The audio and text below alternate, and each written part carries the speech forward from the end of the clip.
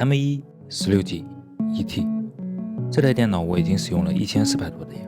我知道在当下这个时间点，愿意点开这个视频的无外乎只有两种人，一种是拥有 MacBook Air 的机主，一种是想要在二手市场购买它的人。所以在2025年年末，这台电脑依然值得我们关注吗？这个视频我会给你答案。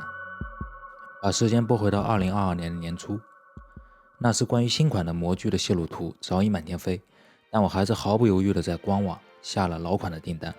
一半是因为刚需，那台搭载了苹果引以为豪、实则噩梦般的叠式键盘的13寸 MacBook Pro 终于及时的坏掉了，而另外一半则是赌注。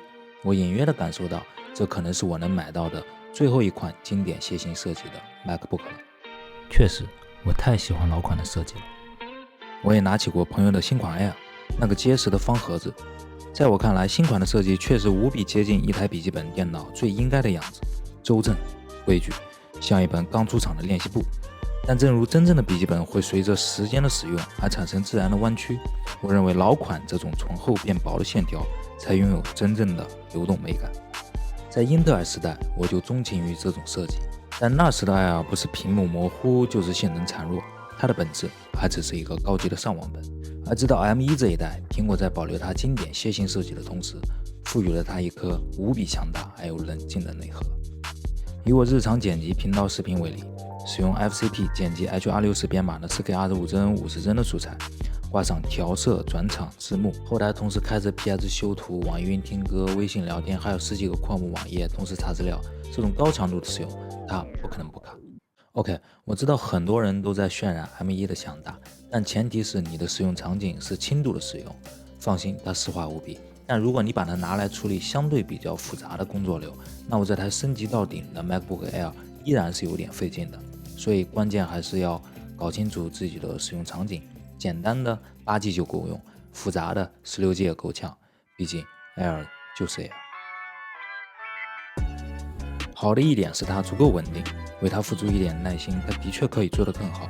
你不用担心它的离电性能，出门1天也不用考虑续航。它没有风扇，也不需要风扇。从视觉的轻薄到听觉的寂静，我想它终于实现了乔布斯当年从信封里抽出它的定义。Air 像空气一样，是你根本无需在意的存在。This is the new MacBook Air, and you can get a feel for how thin it is. Yeah, there it is. 当然，如果你决定下单购买，有几个硬伤你需要现在就知道，看看你能不能接受。第一，就是没有 SD 卡槽，哪怕你只是偶尔拍拍照片，读卡器也是你的必买配件。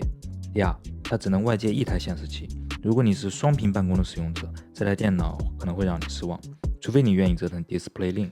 第三，也是我比较恶心的一点，这两个雷电口都在左边，如果电源在右边，这根绕过电脑背后的线可能会让你比较别扭。这是我从 Pro 换到 Air 至今最大的不适应。这4年里我摔过它，也甚至不小心把水泼在键盘上，但幸运的是它依然毫发无损地陪着我。我相信大多数机主都会同意我的看法， M1 是苹果能拿出来的一个非常成熟的处理器，它不是苹果 AI， 也不是一个 PPT 产品。我们当初担心的软件适配也被证明都不是问题。你看现在苹果能玩的游戏是不是比以前更多了？然后我们来聊聊它的二手价格。以我这台 MacBook 为例，相比于购买时的12799元，在使用了1400多天后，它在二手市场的残值大概有4000块钱左右，那保值率也就是有 30%。这个好像不对劲，是不是？因为在我们的印象中，苹果的笔记本电脑不是非常保值吗？但现实情况却是，随着 M 系列处理器的快速迭代，苹果笔记本的保值率相比于英特尔时代要低。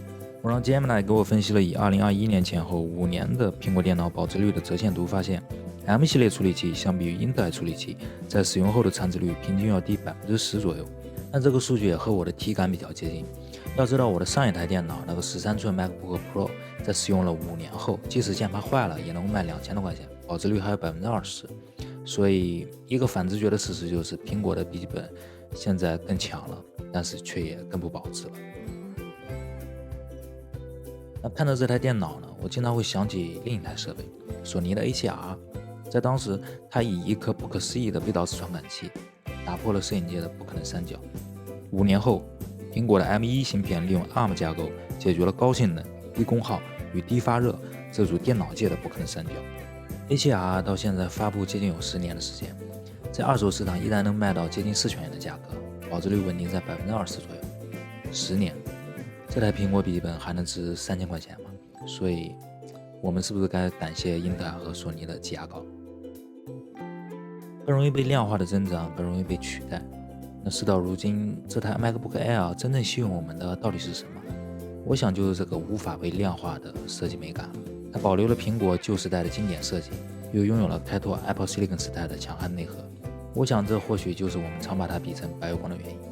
所谓白月光，就是当年你迷恋它的惊艳设计，却因为囊中羞涩或者种种顾虑而没有勇气拥有它。但到了今天，不到3000块钱就能把它拿下的时候，也着实没有那个必要。